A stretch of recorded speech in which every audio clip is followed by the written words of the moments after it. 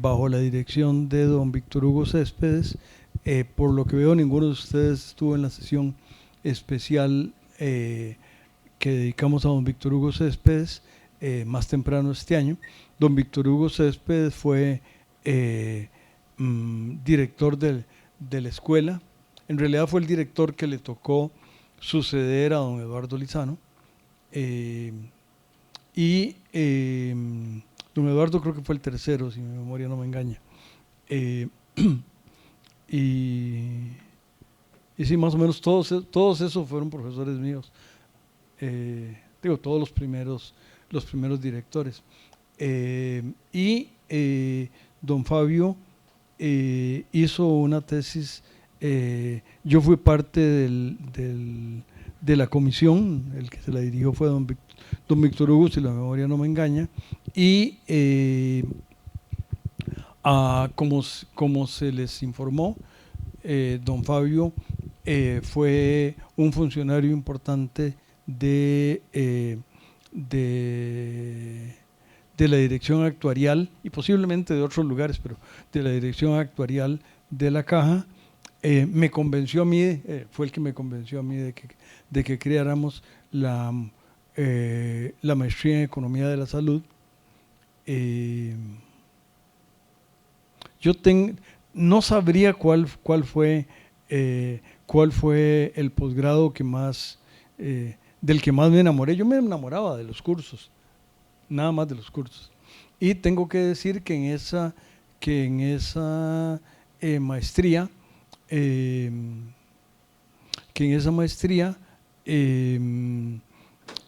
tres gerentes médicos, y esa era la posición de más estatura dentro de la jerarquía de la Caja Costarricense de Seguro Social en su versión del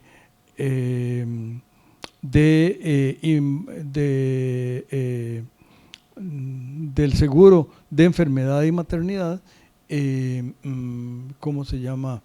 Tres gerentes fueron alumnos no fueron gerentes médicos porque fueron alumnos, posiblemente los mandaron al posgrado porque ya los tenían candidateados, pero que fueron.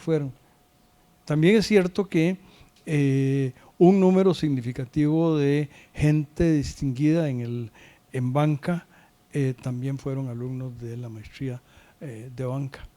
Pero como no estamos hablando de eso, don Fabio luego, si mi memoria no me engaña, se relacionó con alguna gente que hizo contribuciones importantes en el ámbito de economía de la salud, y ya debería estar hablando aquí don Fabio, de manera que no voy a hablar mucho más de su presentación. Lo reclutó la organización, la OIT, la Organización Internacional del Trabajo, y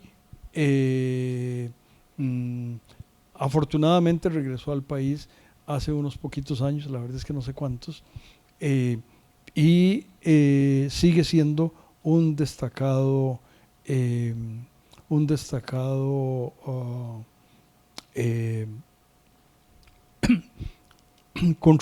contributor de la temática.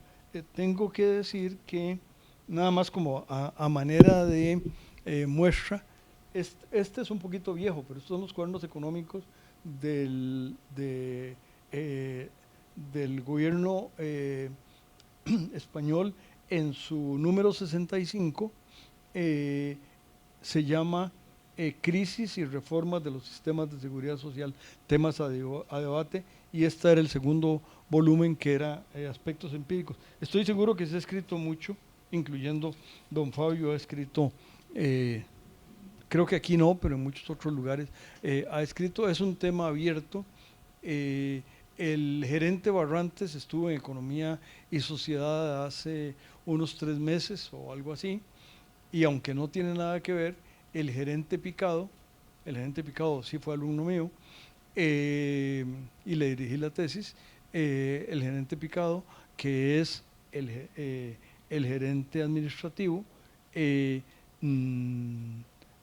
planteó algo, debe haber sido tan bueno que la junta directiva de algún ente de seguridad social de algún país centroamericano, repito, no dije cuál, le saboteó los resultados de su estudio. Yo no sé qué decía el estudio, yo no soy un experto en financiamiento de los sistemas de seguro social, pero me pareció que si se lo sabotearon de haber sido que tenía razón.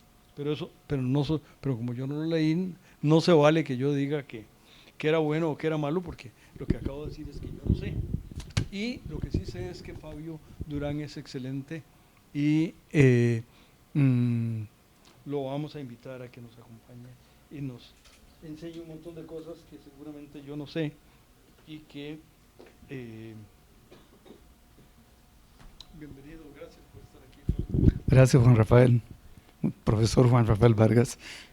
¿Arriba o abajo? ¿Cómo funciona? Por el tema de la grabación. Ah, ok, perfecto. Voy a estar para abajo. Ok. Con esto paso para adelanto, atraso. Ajá, para adelante, para atrás. ¿Tiene puntero también? Sí, debería tener. Vamos a ver si está funcionando. Un segundo. Sí.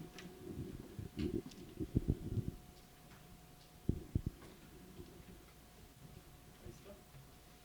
Y ahí va. Y el puntero está en el otro. Ok. Bien, gracias, buenas tardes. Yo en primer lugar quisiera agradecer muy especialmente a Juan Rafael Vargas, uno de mis directores de tesis, gran amigo, persona que estimo enormemente y admiro enormemente, por la invitación a venir acá a compartir sobre un tema que creo que es un tema que siempre está ahí, pero creo que tiene una actualidad enorme. Está, creo que hoy día en la agenda nacional como uno de los temas críticos de las políticas públicas en este país. Bueno, uno podría decir que lo ha estado por décadas, pero creo que ahora más que nunca, porque como vamos a ver, ahora más que nunca es que estamos comenzando a ver los resultados de la maduración de un sistema un sistema de pensiones que arrancó hace unos 75, 80 años y que y efecto de esta maduración, que es de lo que vamos a hablar, pues entonces tenemos un sistema donde están pasando cosas muy rápidamente y hay esta discusión, bueno, etcétera. Desmontando mitos, ¿por qué? Porque realmente sí hay un montón de mitos alrededor del tema de las pensiones. Entonces vamos para hablar de estos mitos, vamos a primero abordar, y aquí para hablar de estos mitos, primero voy a abordar algunos conceptos para que podamos todos entender de qué estamos hablando, de qué estamos discutiendo. Nada del otro mundo, nada complejo técnicamente, pero sí requiere tener esa base conceptual. Entonces mi presentación está dividida en dos partes. La primera parte voy a hacer un poquito de conceptos, más tipo clase universitaria, digamos, y la segunda parte voy a hablar sobre los mitos y explicar estos mitos. Bueno, entonces comencemos. ¿Cuánto tiempo tenemos, Juan Rafael? Entonces vamos a ver cómo en media hora podemos hacer un resumen, una pasada rápida. Entonces voy a apurarme. Bien, comenzamos con estos conceptos. O 6 o 10. Gracias. Bien, entonces hay unos conceptos que hay que entender para hablar de pensiones, de economía de las pensiones, y escogí estos porque me parece que son los principales para esta presentación. Uno es, hablamos de sistemas de beneficio definido. Es aquí cuando estamos hablando, voy a tener que quitarme esta cosa, me está interfiriendo la tecnología. Esquemas clásicos de seguro social, colectivo, solidario. Esto es como el seguro de pensiones de la caja. Esto es un sistema de beneficio definido porque en la ley o en los reglamentos lo que se define es el beneficio. Un sistema de contribución definido es al contrario, se define cuánto se contribuye, se ahorra y luego con lo que pudiste ahorrar compras una renta que se llama una pensión también. Una tasa de reemplazo, lo que te queda después de la pensión, de que cotizas con base en el salario que cotizaste. Cotizaste más años y sobre un salario más alto, te queda una tasa de reemplazo de ese salario. O sea, la pensión te reemplaza más del salario que si cotizaste menos tiempo o sobre un salario menor. Costo actuarial es un concepto muy fácil, aquí lo vamos a ver. Tomamos el gasto en pensiones de un año y lo dividimos entre la masa salarial, o sea, la suma de todos los salarios e ingresos que están financiando, que están siendo utilizados para financiar las contribuciones. Sistema de reparto, un régimen que no acumula reservas para pagar pensiones. Hay una confusión con este concepto. Después de la reforma chilena de los años 80, se habla de sistemas de reparto como sinónimo de sistemas públicos de beneficio definido, pero eso es un error conceptual. Entonces, por eso quiero aclararlo acá. Un sistema capitalizado es un sistema donde hay una reserva actuarial. Es decir, de alguna manera se acumula, la gente paga, va pagando las contribuciones, hay una reserva y luego una parte de esta reserva o sus intereses es utilizada para financiar las pensiones. Luego tenemos un sistema capitalizado que es un sistema con reserva actuarial donde los intereses de esa reserva sí sirven para pagar pensiones. Y vamos a ver que hay varios mitos relacionados con esto, ¿no? Luego podemos hablar de un sistema plenamente capitalizado o con fondeo total, en inglés le llaman fully funded system. Es un sistema que está diseñado de tal manera que si se cierra hoy, hay los recursos para seguir pagando las pensiones de la gente que ya se pensionó, las pensiones de la gente que está próxima a pensionarse e incluso poder devolverle las cotizaciones o los derechos de cotizaciones a la gente que cotizó. Eso es un sistema fondeado, se utiliza normalmente en el sector privado. Y esos fondos que no existen en Costa Rica, pues tienen una regulación muy grande para garantizar precisamente esto, ¿no? Vamos a hablar entonces un poquito de sostenibilidad. ¿Qué es la sostenibilidad? Voy rápido, ustedes pueden ir leyendo un poquito, ¿no? Pero voy rápido. En realidad no hay en ningún manual, en ningún libro, algo que defina sostenibilidad. Es un concepto, digamos, si se quiere, bastante etéreo, relativo, aunque se usa todos los días y la gente habla de la sostenibilidad de las pensiones, que el sistema es sostenible, insostenible, etc. Realmente, más bien es un concepto relativo que puede tener diferentes significados. Para nosotros, los economistas, la sostenibilidad económica está definida en términos de la capacidad que tiene un país para financiar un sistema de pensiones. No importa cómo esto esté organizado, no importa cómo esté financiado, no importa el modelo que siga, si la economía tiene la capacidad para llevarlo, para financiarlo, este sistema es sostenible. Ahora, esto entonces convierte la definición en una definición perdón que no puse mi cronómetro, una definición pues muy relativa. El sistema de pensiones de Francia tiene 4 veces el gasto del sistema de pensiones de Costa Rica y no es menos sostenible que el sistema costarricense porque Francia tiene N veces mayor productividad económica y capacidad económica y competitividad que Costa Rica. Entonces, aquí entramos en una comparación de capacidades de la economía. Entonces, esto dista mucho de ser una definición actuarial financiera, que luego vamos a ver que hay diferencias. Y también, normalmente, cuando se está hablando de sostenibilidad, los actuarios tienden a hablar de sostenibilidad mostrando indicadores financieros. Los economistas no mostramos, no lo hacemos de esta manera, sino que pensamos en esta capacidad de la economía. También hablamos de sostenibilidad política, que es, bueno, lo que anota acá es la capacidad de un régimen para mantener su legitimidad social, confianza ciudadana y respaldo institucional a lo largo del tiempo, etc. ¿Por qué esto es importante?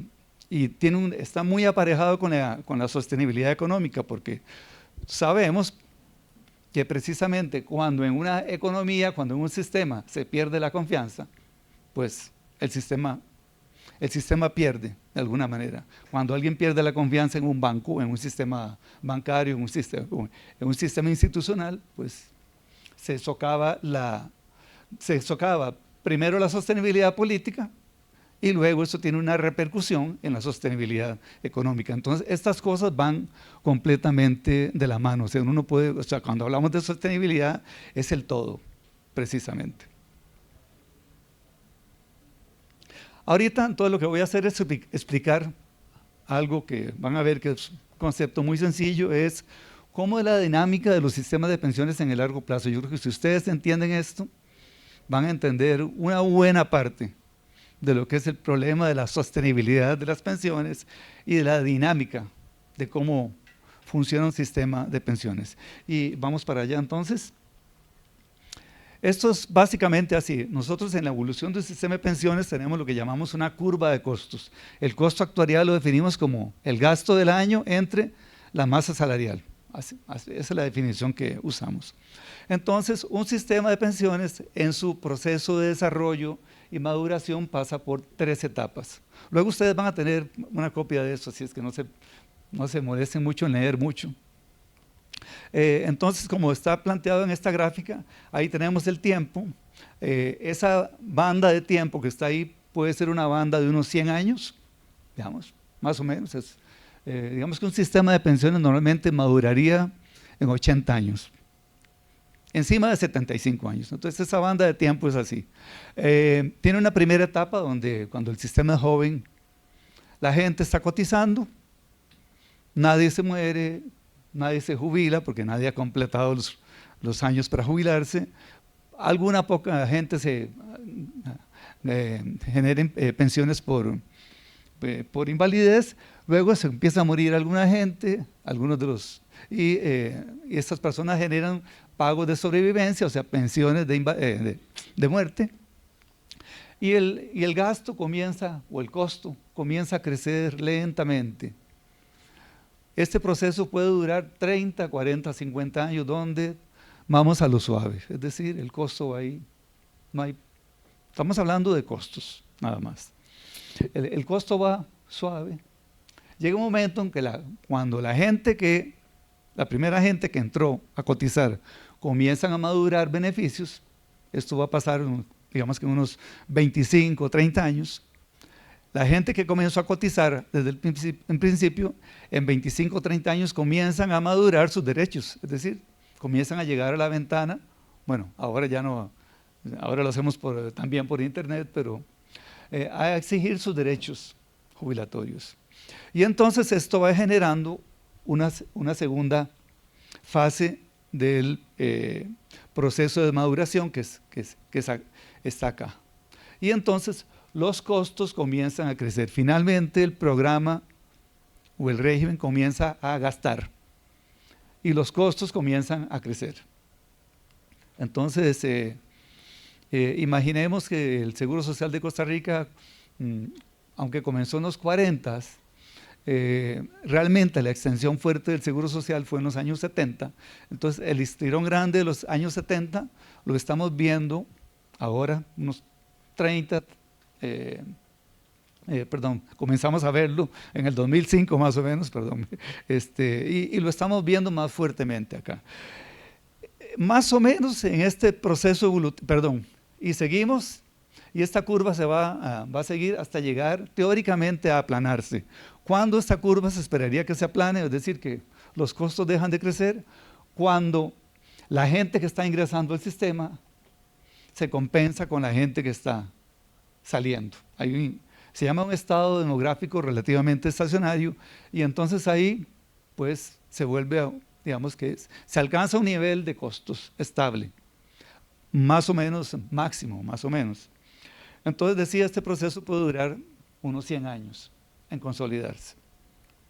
¿Dónde está Costa Rica? Nosotros andamos como por acá, como por la mitad del periodo de maduración del sistema, con un costo sobre la planilla que ronda el 11% y va a ir subiendo a lo largo de los próximos años. Luego les voy a mostrar unas proyecciones y va a ir subiendo hasta en un momento dado llegar a estabilizarse. ¿En qué nivel de costo se va a estabilizar? Signo de pregunta grande, no sabemos, nadie tiene una bolita de cristal ni el modelo perfecto para saberlo, pero va a ser en un nivel, pensamos, relativamente mucho más elevado que 11% de la planilla.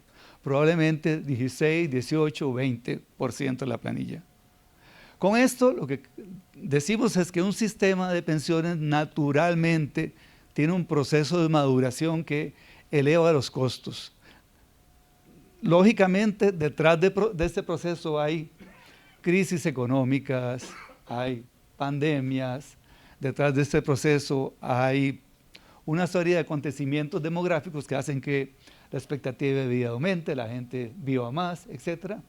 Idealmente, cuando hacemos una proyección de todos estos, de una curva de estas, idealmente tenemos en esa proyección incorporados todos estos elementos. Entonces, como primera conclusión, podríamos decir que lo natural y esperado de un sistema de pensiones es que en algún momento los costos comiencen a crecer. ¿Cuándo? Cuando el sistema comenzó a madurar. Ok. ¿Eso significa que el sistema entró en crisis? No, simplemente no sabemos. Que significa que el sistema está madurando y hasta ahí. Y que eso tiene teóricamente un límite de maduración. Bueno, las reformas lo que buscan es, cuando hablamos de reformas de pensiones, es alterar el curso de este costo a lo largo del tiempo. ¿Por qué? Para ir adaptando los sistemas a una realidad económica y demográfica, que como sabemos esta realidad económica y demográfica es tensa, ¿no? Genera tensión económica, tensión macroeconómica, tensión fiscal.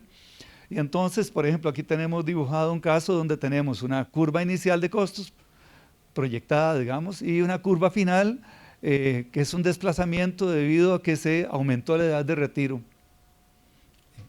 por ejemplo. Eso sería lo que llamamos un cambio paramétrico en el sistema. Los cambios paramétricos son los cambios en los parámetros. Es un nombre que también ustedes van a escuchar cuando se habla de pensiones. Reformas paramétricas. Entonces, ¿qué pasaría, por ejemplo, si teníamos otras reformas, por ejemplo, una aceleración del costo? Podría ser que la curva más bien se mueva hacia la izquierda, es decir, el costo proyectado venga más rápido si pasa algo como, por ejemplo, se da un acontecimiento esperado, por ejemplo, un aumento del envejecimiento imprevisto, que no estaba ahí, una caída abrupta de la fecundidad, por ejemplo, o un aumento abrupto de la longevidad, o sea, la gente comienza a vivir más de un pronto a otro, no estaba eso, entonces podría acelerar este proceso. Y también el proceso se puede desacelerar si yo meto más gente, digo, voy a expandir la cobertura, voy a meter más gente a cotizar para tener más ingresos y financiar más. Yo lo que voy a hacer es retrasar ese proceso de maduración. No necesariamente estoy cambiando el nivel del tope de las curvas, donde el costo teóricamente se va a estabilizar. Entonces, ahí hemos hablado entonces de cómo madura un sistema, cómo se comporta en el tiempo y cómo madura en términos de los costos. Pero no hemos hablado de cómo se financia. Y recuerden, siempre tenemos esto, ¿no? Por un lado, cuánto nos cuesta y por otra parte, cómo lo financiamos, ese costo. Entonces, hasta la fecha, después de más de 140 años de evolución de la seguridad social en el mundo, hay estas tres formas conocidas y aceptadas de financiar los sistemas de pensiones. No se ha inventado nada más. Bueno, algo más, pero luego lo veremos. Entonces, 3 métodos básicos. Uno es lo que llamamos reparto, en la literatura en inglés lo van a encontrar como sistema de pay as you go, o sea, es así como coyol quebrado, coyol comido. O sea, lo que recibo lo voy gastando, no acumulo reservas en reparto. Hay un modelo de prima media general, son modelos teóricos todos, ¿no?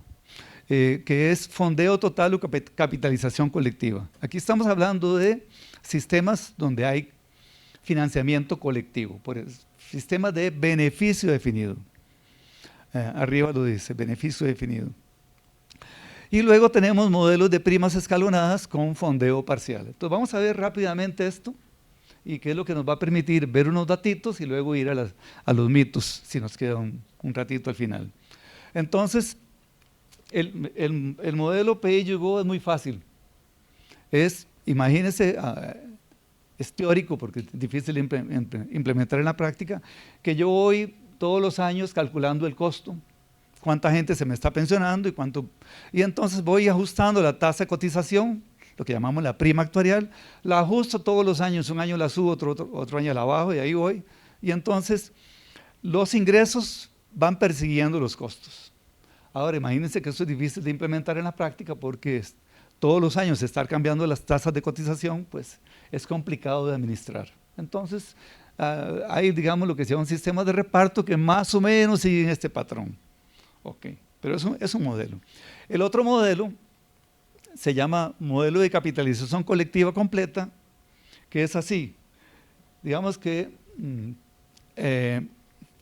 hacemos la proyección del costo, digamos que vamos a crear un nuevo sistema de pensiones y hacemos la proyección del costo acá. Bueno, entonces es una proyección de 70, 75, 80 años. Eso lo podemos hacer con modelos, ¿no? Y vamos a definir una prima, una tasa de cotización, prima de seguros. En seguridad social también se llama primas, como en los seguros privados. Vamos a definir una prima que es una prima que está nivelada, suficiente para garantizar el equilibrio a largo plazo. Es decir, en los primeros años el costo va por acá muy lento y estamos cobrando bastante. Esta diferencia que está acá entre la prima y lo que me está costando me permite a mí acumular una reserva. ¿Ok? Y esta reserva, que va a ser en una economía va a ser una reserva gigantesca, porque va a ser gigantesca, si estamos hablando de sistemas de pensiones, en algún momento me va a servir para utilizar sus intereses para cubrir la diferencia entre la prima, o sea, entre lo que cobro y el costo. Entonces, digamos que hay un sistema que capitaliza aquí y luego una parte de esa capital se utiliza para pagar las pensiones futuras. ¿Estamos? No hay misterios, ¿no? Bueno, entonces eso es lo que tenemos. Bueno, y pasamos al tercer método, que se llama el método de prima escalonada, que es uno de los más utilizados en el mundo. Lo que hacemos es que decimos, bueno, mire, y eso fue exactamente lo que pasó en Costa Rica, cuando se creó el régimen de invalidez, vejez y muerte. Nadie estaba de acuerdo en crearlo, porque costaba mucho, porque implicaba que los empleadores y los trabajadores iban a tener que pagar cotizaciones, y la gente no quiere pagar cotizaciones, la gente quiere recibir beneficios, pero no, nadie quiere pagar cotizaciones. Y hay costos, bueno, etcétera. Entonces, como no se podía establecer una prima que desde el principio fuera suficientemente alta, se establece escalones. Entonces vamos a tener un escalón, voy a decir, bueno, vamos a comenzar, si yo debía haber comenzado con una tasa de cotización del 10%, o del 12%, o del 15%, no, es mucho, no, la economía no lo puede pagar, comencemos por poquito, pongámosle un 2,5%, un 3% de cotización, y esto me va a permitir aguantar, ¿cuánto? Unos 30 años, sin problema. Cuando estoy llegando por acá, le meto otro momentito el escalón, y esto me da un empujoncito de 10 años, 15 años, otro tiempo más, y ahí vamos, escalonando la prima. Este modelo se utilizó prácticamente en toda América Latina, o sea, cuando nacieron los sistemas de pensiones en América Latina, que eso fue más o menos en los años, entre los años 40, 50, 60, la mayoría de los regímenes, o mayoría no todos, nacieron con este diseño, con la idea de no tenemos los recursos hoy, pero bueno, y no vamos a poder tener un sistema totalmente fondeado, pero en el futuro vamos a ver cómo lo hacer, vamos a ver cómo capitalizamos lo máximo para al menos llegar a un momento donde podríamos utilizar una parte de esta reserva para cubrir la diferencia entre el costo y la cotización. Entonces, ese es el modelo que actualmente tiene Costa Rica. Digamos que se sigue en la práctica en Costa Rica. Hubo un escalón, el segundo escalón duró, si no me equivoco, como desde los años 60 hasta el 2005, si no me equivoco, o sea, unos 45 años. Había habido un escalón más pequeñito, no recuerdo, no, pero estamos hablando de esto, y en este momento andamos en un escalón que ronda como el 11%. Y hay acuerdos en la caja, en junta directiva, para seguir escalonando la tasa de cotización para ir equilibrando el sistema en el tiempo, conjuntamente con otras medidas. El otro sistema que hablábamos, el sistema de prima media general, se intentó teóricamente seguir en Europa. Sí hubo un intento por usar este sistema en el siglo XIX. O sea, muchos países intentaron crear un sistema totalmente fondeado, pero realmente en medio de guerras mundiales, en medio de crisis económicas enormes, etcétera, pues no se dio la posibilidad de que pudiera mantenerse este modelo. Bueno, entonces pasemos a ver, ya con esta explicación entendemos que los sistemas de pensiones maduran, que los costos de los sistemas de pensiones aumentan con la maduración, que el envejecimiento los puede afectar, puede acelerar o desacelerar la maduración, depende. Si la gente comienza a tener hijos rápido por alguna cosa, hay incentivos para hacerlo, pues en lugar de tener perros, tienen hijos. Bueno, entonces, con esa información en mente, veamos estos gráficos este gráfico que está acá, que estoy seguro que ustedes lo van a entender muy fácilmente. Es así, aquí a la izquierda tenemos los países más jóvenes, ¿ok? Y son países jóvenes que gastan menos. A la derecha tenemos los países más viejos, ¿ok? Y son países viejos que gastan más, ¿ok? Bueno, y arriba medimos el gasto. Bueno, entonces uno esperaría entonces, y hacia arriba medimos el costo, entonces hacia aquí en este cuadrante tenemos los países viejos que gastan más, aquí los países viejos que gastan más también, pero y aquí unos pocos países que ya no son, que son jóvenes pero que gastan mucho, como el caso de Brasil.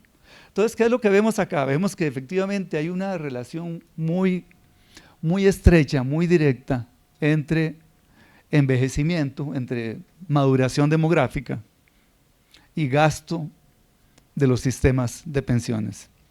Y eso es, yo creo que es lo que todos hemos oído siempre, ¿no?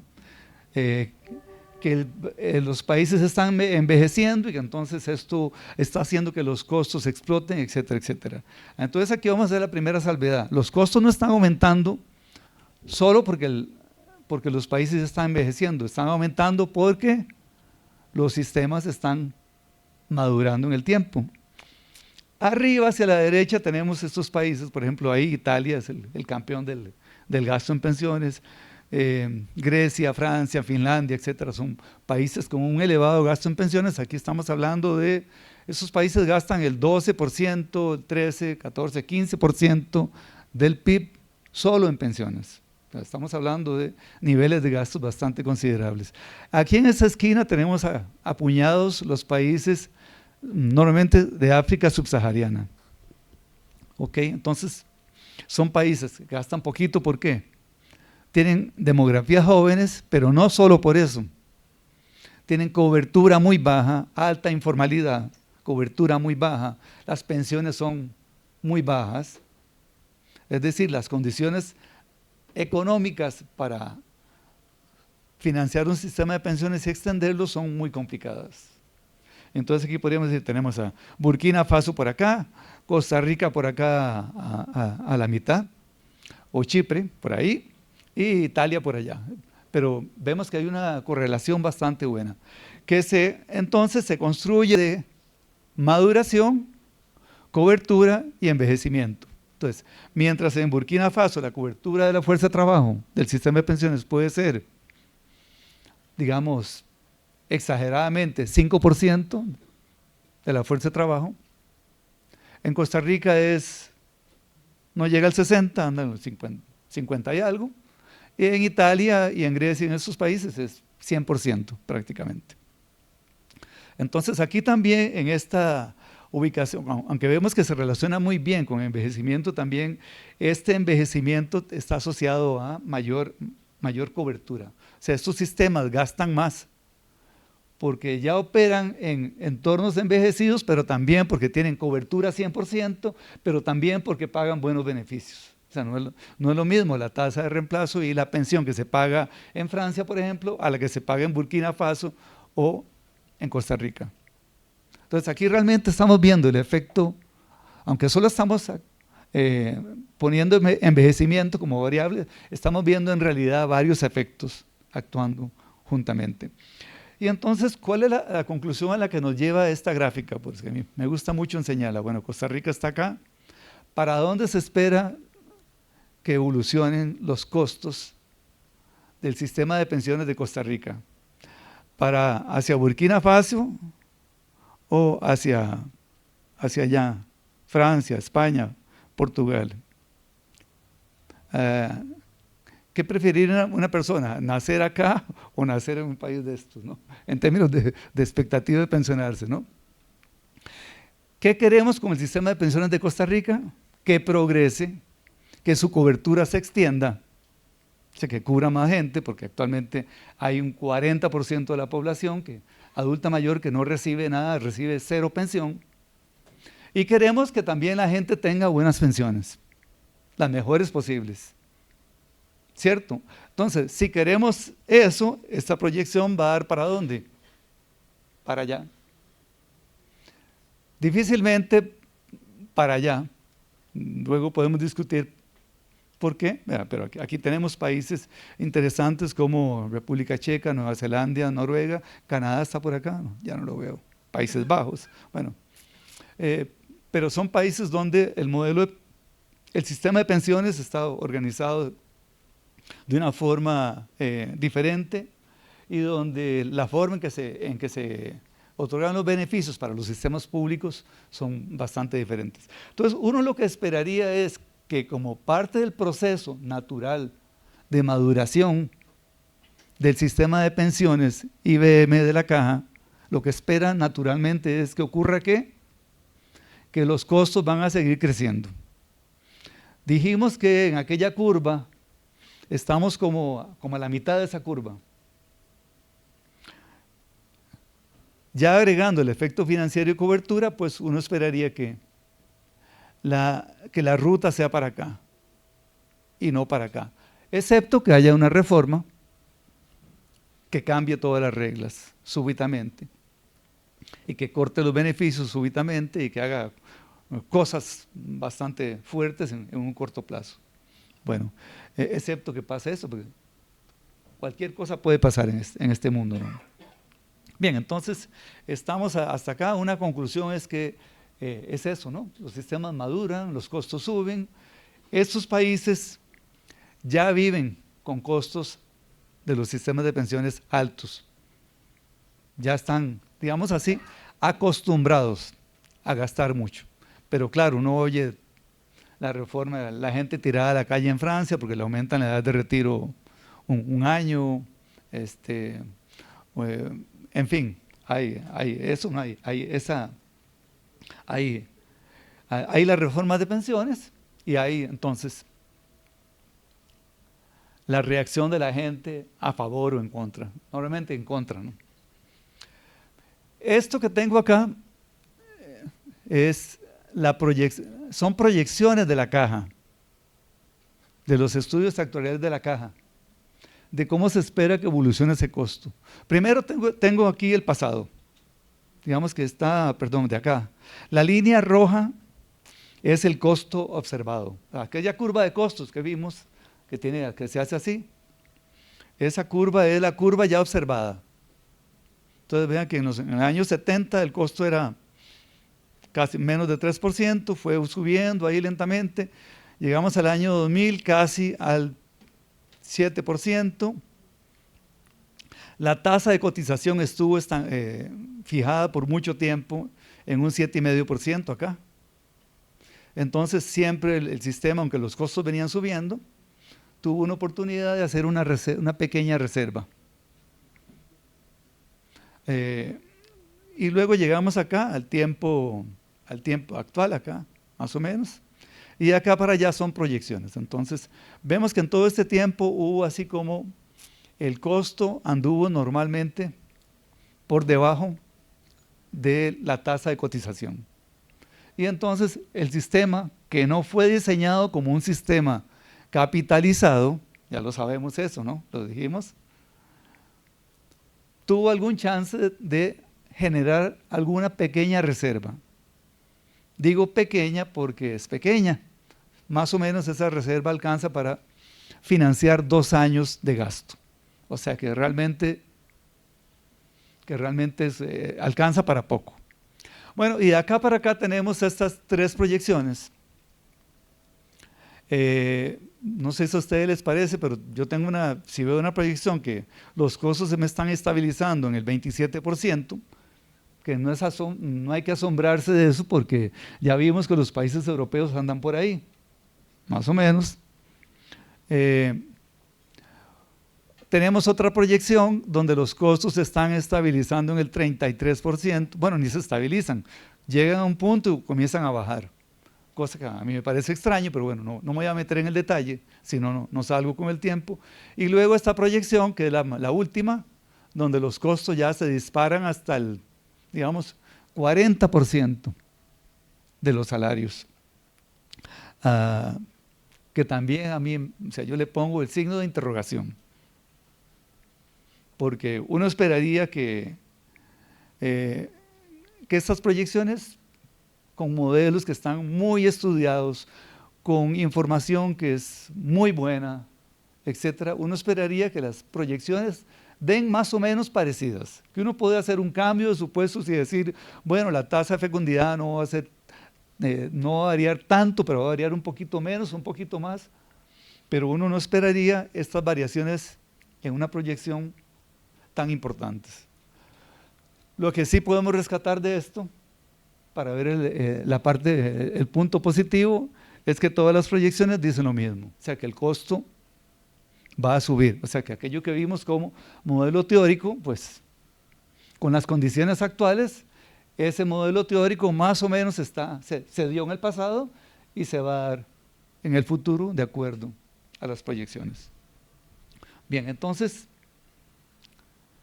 nos quedamos hasta ahí y vamos entonces a hablar un poquito de los mitos, un ratitito, con el tiempo que me queda.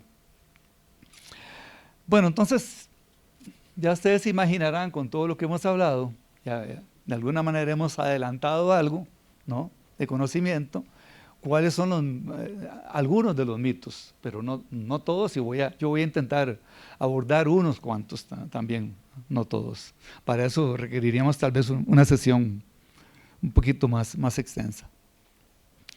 El primer mito es que el envejecimiento hace insostenibles los sistemas de pensiones de beneficio definido como el IBM. Entonces, esto se plantea como un mito porque lo escuchamos todos los días. Díganme, ustedes no lo han escuchado esto. Han escuchado decir, el país está envejeciendo, los países están envejeciendo, los costos están subiendo y esto es insostenible, hay que hacer algo.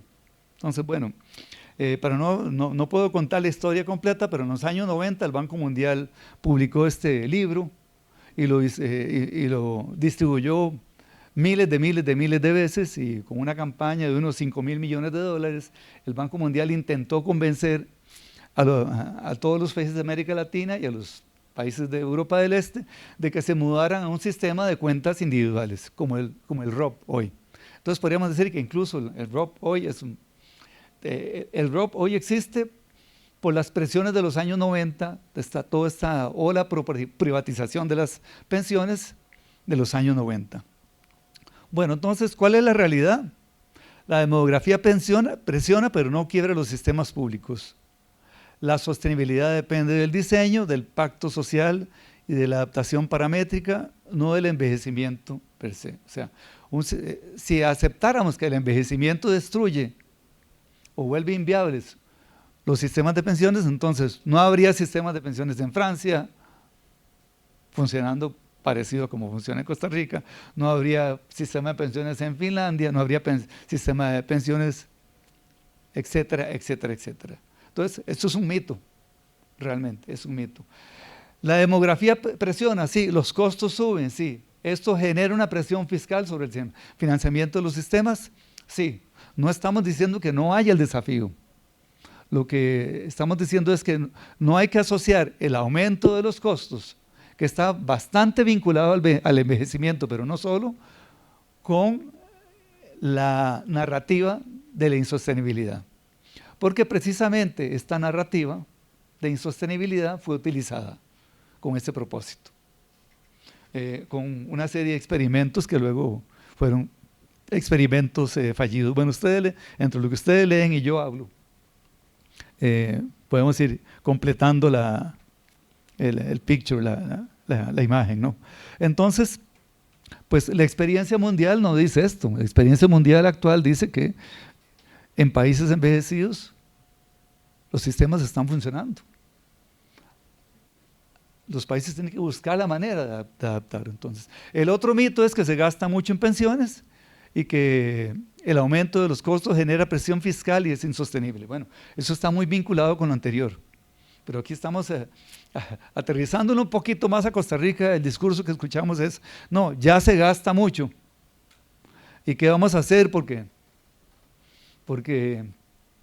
para cambiar esto, y busquemos una solución de una vez por todas, porque el envejecimiento va a hacer que se gaste más.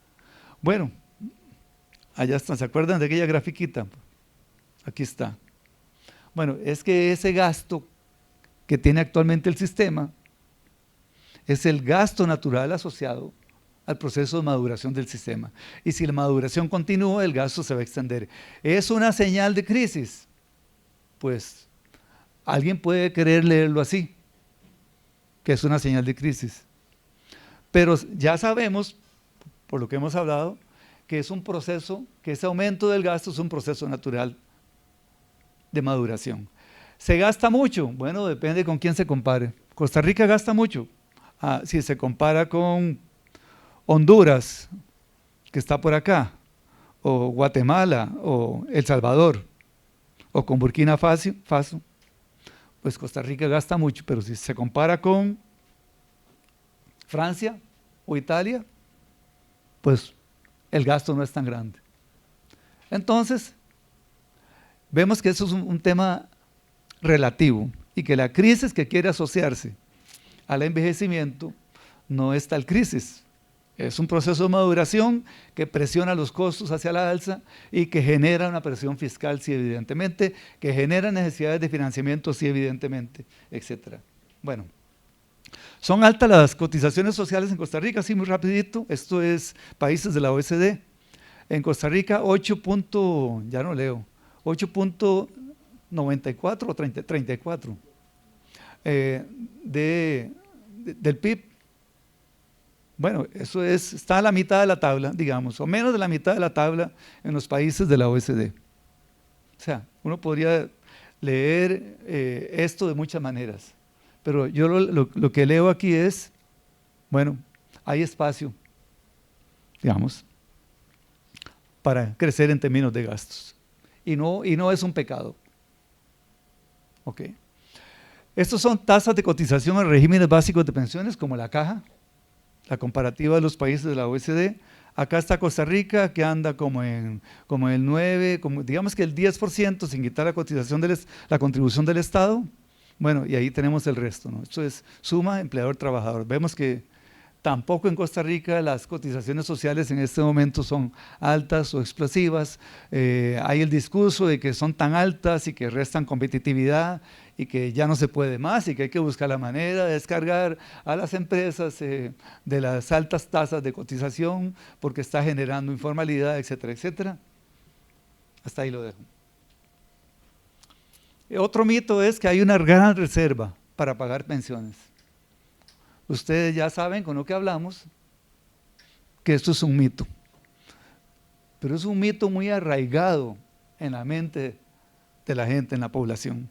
La gente se imagina el Seguro Social y el IBM que acumulando una enorme reserva que se está guardando para pagarle los beneficios en el futuro a ustedes. Y eso no existe. Los sistemas de Seguro Social no funcionan así. No operan con una gran reserva. La mayoría de los sistemas, con algunas raras excepciones, operan en el reparto. Países que yo conozco que no operan en reparto, Kuwait, Arabia Saudita, etcétera. Tienen tanto dinero, tanto que no saben dónde poner el dinero, aparte de invertir en muchas armas, etcétera, y ponen muchos recursos en los fondos de pensiones y tienen sistemas de pensiones totalmente fondeados. Ok. Entonces, la realidad es que el IBM opera en el cuasi reparto porque tiene una pequeñita reserva, es una cosita así. Entonces, la solvencia de este sistema no depende de esta gran reserva para pagar beneficios futuros. Si a ustedes los han asustado con esto, pues desasústense ya, porque entonces no es así. No hay una gran reserva, ni la habrá tampoco, ni la hubo en el pasado. Bueno, y aquí tangencialmente voy a hablar de esto porque es parte de una historia de una historia, pero se me acaban los minutos. Voy a hablar rápidamente, nada más decir que parte de lo que hacía el Banco Mundial en los años 90, cuando promovía los sistemas de capitalización individual, era ir por los países y calcular lo que llamaban de implicit pension debt, o sea, la deuda implícita. Y entonces agarraban y decían, vamos a proyectar como si siguiéramos recibiendo hoy estas cotizaciones, vamos a proyectar todo el gasto y toda la gente y vamos a hacer un balance. Y adivinen qué, su sistema de pensiones está quebrado y el envejecimiento lo va a terminar de matar. Por lo tanto, ¿qué tiene que hacer usted? Privatizar el sistema y pasar esto a cuentas individuales. ¿Por qué? Porque las cuentas individuales son geniales. Usted ahorra en su cuenta lo que usted va a recibir de pensión. Y vamos a tener entonces empresas especializadas que van a hacer este trabajo de una manera muy profesional y van a generar tasas de rentabilidad altísimas y la gente se va a ir con pensiones del 100%. Hay este otro mito, no sé si ustedes reconocen algún personaje por ahí. El sistema de reparto es un esquema Ponzi.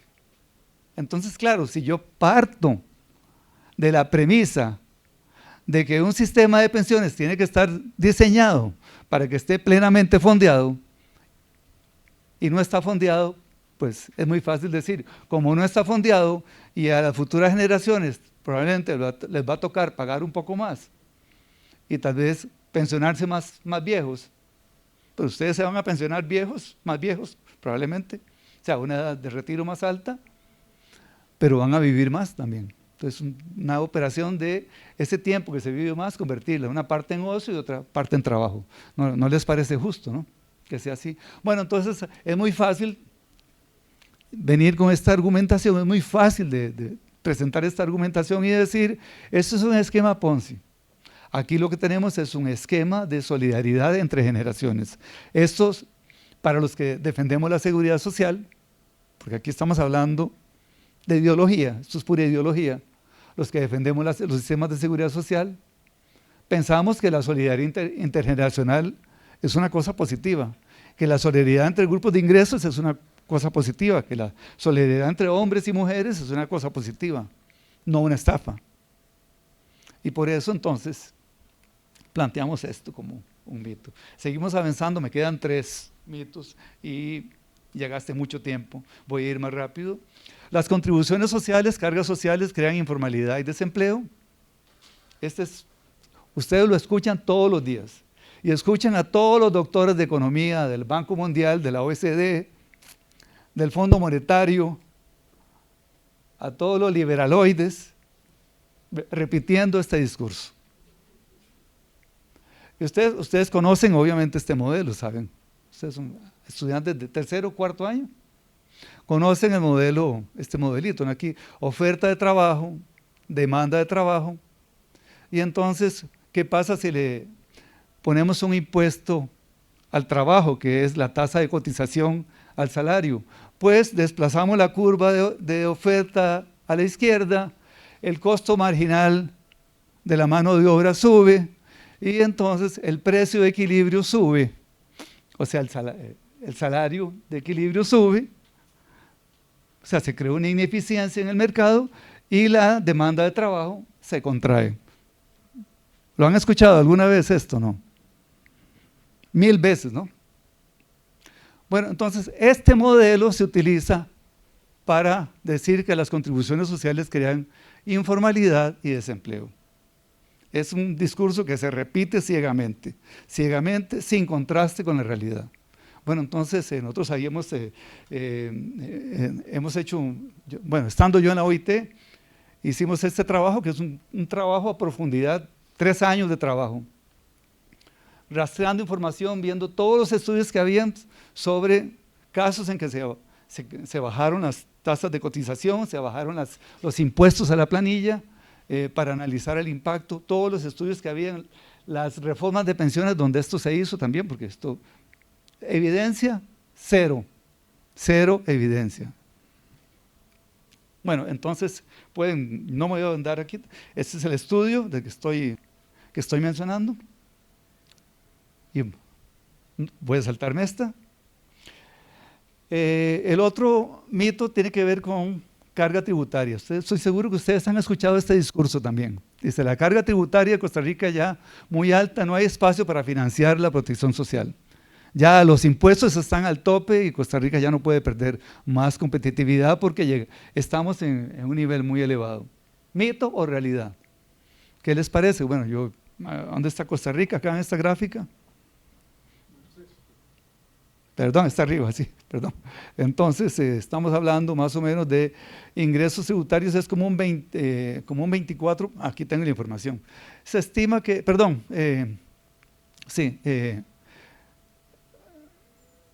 ingresos tributarios andan, incluyendo contribuciones sociales, de acuerdo a la medición que se haga, entre el 22 y el 25%, digamos, versus un 34% en los países de la OCDE. O sea que todavía a Costa Rica le falta ganarse unos 10 puntitos más de recaudación tributaria para alcanzar el promedio de la OCDE. Entonces, también aquí, mito o realidad, ¿cómo lo quieres ver? Pues a mí me parece que es un mito. O sea, si el país quiere progresar, si quiere tener más infraestructura, más educación, universidades públicas decentes, mejor sistema de salud, mejor infraestructura vial, etcétera, etcétera, tiene que avanzar en recaudación fiscal. Queremos parecernos al promedio de la OCDE, no queremos parecernos al promedio de Centroamérica, o me equivoco, ¿no? Bien. Esto me lo voy a saltar, lo van a encontrar ahí en la presentación. Y llego al último mito, que es las cuentas individuales privadas son la solución a la sostenibilidad. Porque ese es el discurso. Detrás de todos estos mitos hay el discurso de que la solución es vamos a un modelo de cuentas individuales, porque ahí toda la vida es feliz. El Estado no se compromete, es fácil. Bueno, entonces, hay estudios de la OIT. Bueno, yo soy autor de este estudio que publicamos en el 2017-18. Sufrimos persecución aún dentro de la OIT por hacer este estudio, donde hicimos todo un análisis de las reformas de pensiones, hubo 30 países que privatizaron parcial o totalmente. O sea, que siguieron esta recomendación de ir a cuentas individuales, y de ellos en el 2018, 18 ya, o sea, 60% ya habían revertido parcial o totalmente estas reformas. O sea que no es, las cuentas individuales no son la panacea, al contrario, está muy bien documentado en muchos estudios, y ustedes lo pueden ver en la discusión hoy día sobre el ROP. La gente quiere el dinero, ¿no? La gente está pensando que dice que me devuelvan el dinero. Mi ROP, yo quiero que me lo devuelvan ya. Yo me pensioné el año pasado, mi ROP yo lo quiero ya, lo más pronto posible, pero me lo quieren dar en pedacitos. Bueno, hay un tema de esto, de que estos sistemas no gozan de buena popularidad. No han gozado, en ningún país que se han implementado han gozado de buena popularidad. ¿Por qué? Porque se prometió mucho, se hizo una promesa muy alta, y luego, al pasar los años, y cuando los sistemas, porque estos sistemas, aunque sean de ahorro individual, tienen que enfrentar la misma curva. O sea, al final la gente comienza a poner dinero en sus cuentas individuales, y llega un momento en que esta gente va a ir a retirar esos ahorros para comprar una pensión. Es exactamente el mismo cuento. Bueno, no les dije que yo tengo el honor de ser coautor de este estudio. Hay una versión más resumida en español también. Bueno, ese estudio fue un bestseller y bueno, a mí me generó muchos problemas personales. Pero bueno, entonces, a todo esto, y muchas satisfacciones también. A todo esto, entonces, hay que ir construyendo una narrativa diferente sobre la sostenibilidad de los sistemas. No voy a extenderme más, pero esta narrativa no puede ser una narrativa que esté soportada por mitos, o sea, fundamentada en una serie de mitos, cosas que la gente cree entender o entiende y piensa que así funciona esto. Y con base en eso es que estamos diseñando, o que mucha gente quiere aprovechar la situación para diseñar. Y yo sé que Juan Rafael está muy preocupado viendo el reloj, y ya yo me extralimité con mi tiempo por mucho. Solo nada más les dejo este mensaje que ustedes lo pueden leer. Es un mensaje para economistas jóvenes. Nosotros, ustedes tienen la responsabilidad de trabajar en la construcción de este sistema y hacer que este sistema sea viable, camine, se fortalezca, se reforme permanentemente, etcétera, etcétera. Esto es un sistema de estos es una construcción social, y funciona si tiene sostenibilidad política. Si lo atacamos a punta de mitos, pues el sistema deja de funcionar y lo vamos a destruir. Bueno, muchas gracias.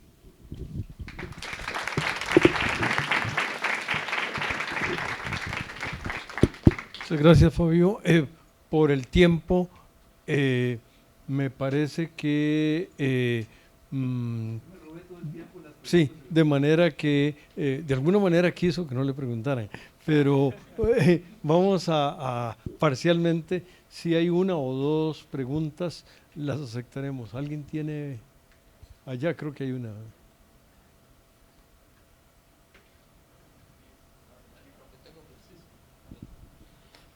Buenas tardes, mi nombre es Jeffrey. Una cosa, traten de hacer muy corta la pregunta para darle un poquito de chance de contestar. Mi pregunta es… Y no, por favor, no expresen puntos de vista, es una pregunta para que él conteste. Mi pregunta es, cuando investigaron sobre estos países que disminuyeron las cargas sociales, si encontraron cuáles fueron las principales causas del desempleo y la informalidad, y digamos, si le encontraron cuáles fueron. Bueno, el estudio no tuvo por objetivo encontrar las causas de la informalidad, simplemente contrastar la evidencia contra la hipótesis. Y entonces, lo que le puedo decir es que una conclusión del estudio es que si la informalidad no les explican las cargas sociales, como sabemos que no es así, Entonces, ¿qué las explica? Bueno, la idea es que esto es una explicación que tiene un componente muy estructural. O sea, ¿por qué la informalidad es más alta en Nicaragua que en Costa Rica? En Costa Rica más alta que en Uruguay más alta que, etcétera, etcétera. Hay factores estructurales. ¿Qué explica la informalidad? Acceso a educación, acceso a crédito, acceso a salud, acceso a infraestructura, acceso a conocimiento, acceso a tecnología, capacidad gerencial, políticas de desarrollo productivo, todo lo que explica el desarrollo. Es lo que finalmente explica que la gente esté mejor, que tenga mejores empleos y que tenga acceso a seguridad social y a todo lo que está asociado con la formalización. Gracias.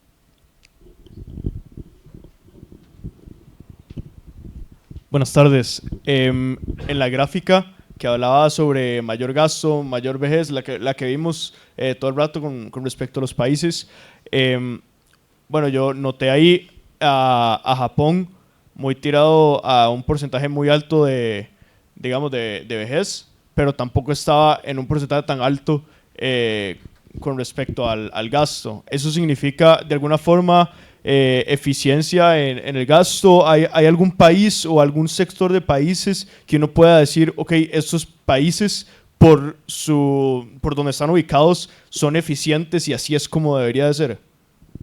Bueno, en el caso particular hay muchas explicaciones diferentes para cada país, yo no me las sé todas, pero yo asumiría que en Japón, donde ya la edad de retiro anda rondando los 70 años, o sea, no es que tampoco la tienen fácil, ¿no? Es un país con un nivel altísimo de productividad, o sea, aún así su relación, aunque el gasto en pensiones es alto, su relación gasto-PIB no llega a ser tan alto como un país como Italia, digamos, que tiene menos, llamemos así, menos competitividad o menos capacidad productiva. Por eso decimos, ven, que el tema es interesante esta pregunta, porque sirve para machacar sobre la idea de que la sostenibilidad finalmente es un concepto relativo. ¿Qué sistema puedo pagar de pensiones? Ojalá fueran pensiones a la edad de retiro más baja posible, pero eso va a depender mucho de lo que la gente quiera y de que si el país puede, o una buena combinación de estas cosas. Es una valoración social finalmente. Gracias.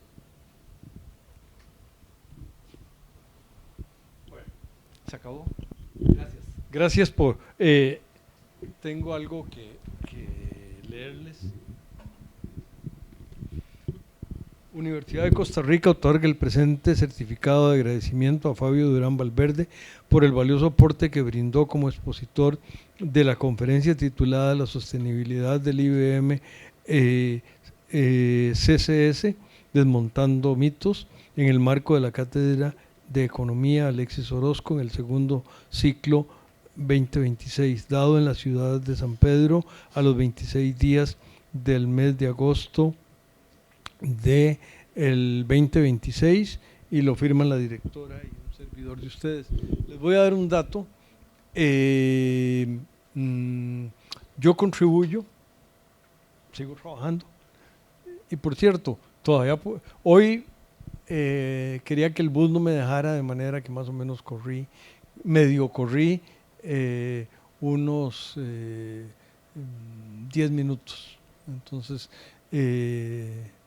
y tengo tengo dos piernas malas, entonces, y contribuyo como 3/4 de 1 millón a los servicios, a la cotización del Seguro Social, y si me jubilara me tocaría una pensión de unos 2 millones de colones. Entonces, y sigo contribuyendo.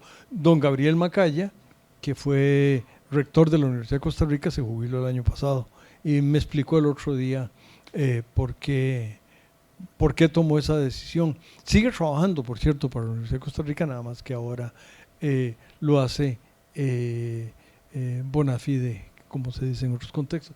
Cada cual toma sus decisiones. Yo tengo una sola hija que vive en México, entonces si mi hija me tuviera que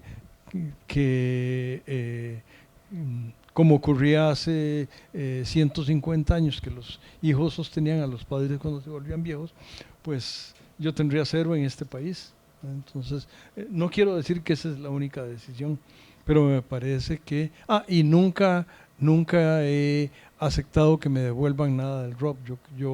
Yo creo que don Runulfo Jiménez y en ese gobierno, Runulfo Jiménez es el que presentó el homenaje a don Víctor Hugo Céspedes, y los que participaron con él diseñaron algo que me pareció muy importante. Entonces, yo no acepto que me devuelvan nada.